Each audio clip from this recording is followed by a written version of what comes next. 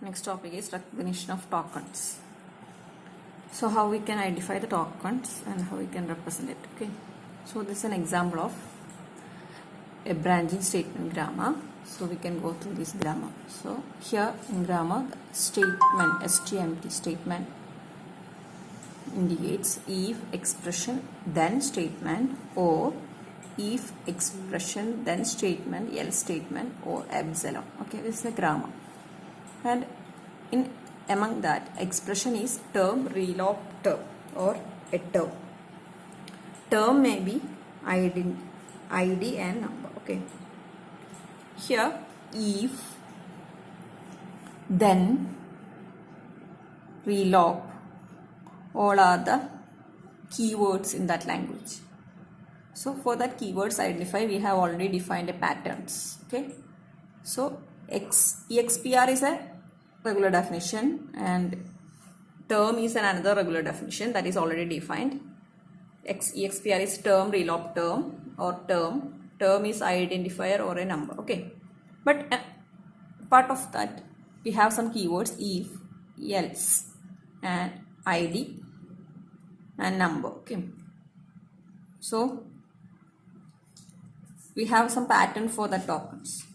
Here digit is a keyword that is defined 0 to 9. Digits is digit plus, number is defined.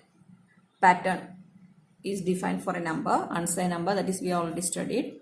That is digit, comma, bracket, dot, digits, question mark, e plus or minus, question mark, digits, question mark. Okay. Next is letter. Letter means alphabets A to Z and small to A to Z.